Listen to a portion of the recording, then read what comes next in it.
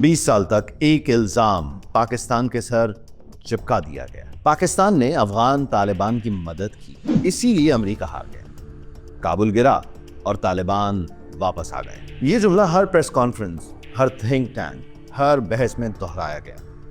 लेकिन सवाल यह है, क्या ये इल्जाम हकीकत था या ये एक सियासी बयानिया था जो असल सच्चाइयों पर पर्दा डालने के लिए बनाया गया? आज हम इस पूरी कहानी को हकायक, तारीख और स्ट्रैटेजी की रोशनी में खोल कर देखते हैं।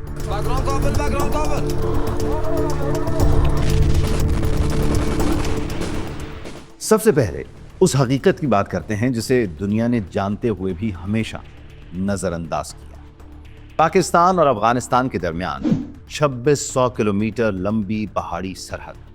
ये दुनिया का सबसे ज्यादा खुला, गैर महफूज और बेहद मुश्किल बॉर्डर था। अंग्रेज भी इसे मुकम्मल कंट्रोल ना कर सके, इसीलिए उन्होंने बफर जोन बनाया, जहां कबायली लोग अपने कवानीन के तहत आज़ादाना आमद रफ्त रखते थे। ये निज़ाम आज़ादी के बाद भी चलता रहा, लेकिन यही वाहिद काबिल अमल हल था। फिर रूसी हमला हुआ, अमरीकी जंग, और यही बॉर्डर हर किस्म की आमद रफ्त का दरवाज़ा बन गया। ताजिर, पनाहगुज़ीन, स्मगलर्स और मुसल्लह गिरोह, सब ये इलाकाई हकीकत थी, पाकिस्तानी पॉलिसी नहीं।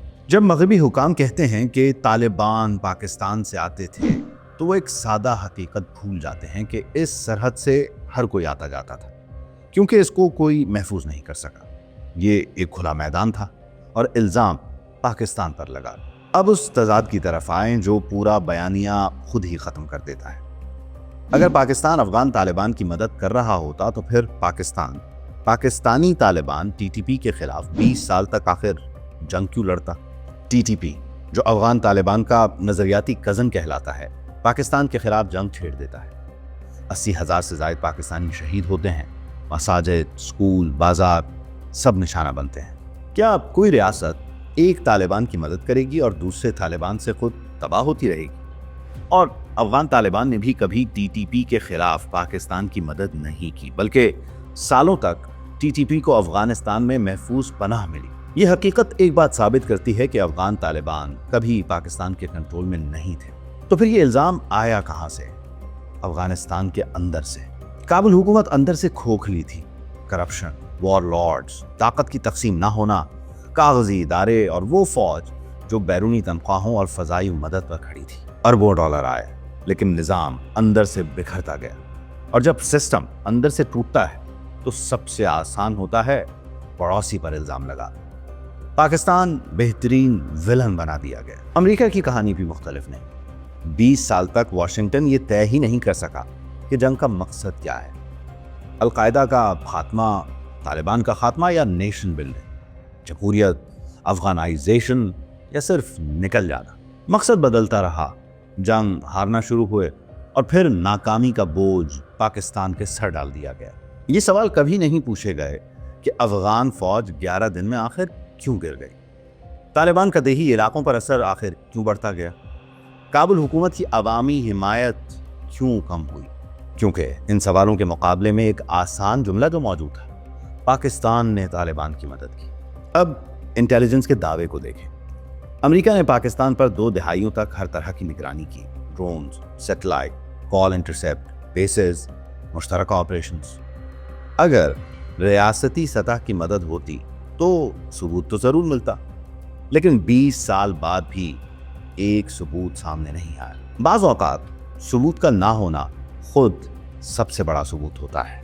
हकीकत यह है कि पाकिस्तान पर इल्ज़ाम लगाने वाले ये बात भूल गए कि महफूज पनाहगाहें अफगानिस्तान में थी, पाकिस्तान में नहीं।